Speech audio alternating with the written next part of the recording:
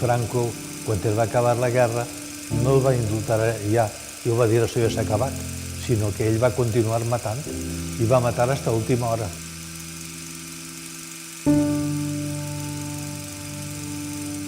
Jo he tingut amics i no han sabut que mon pare ha sigut afusilat. I això és afusar mon pare i afusar a mi, contínuament. Recuerdo que mi padre vino, se puede decir, a despedirse de mí porque no podría venir a despedirme cuando salía al barco. Me compró un abrigo rojo, me compró un pañuelo también con la hoz y el martillo, y fue la última vez que vi yo a mi padre en la Plaza de Toros de Valencia. Estaba en el batallón del Iber.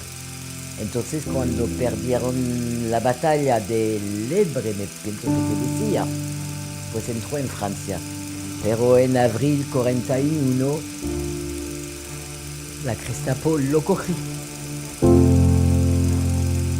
Y aquello de salir de casa a las 5 de la mañana en invierno con un abrigo encima y dejar toda tu casa y todo, fue horrible, fue muy triste.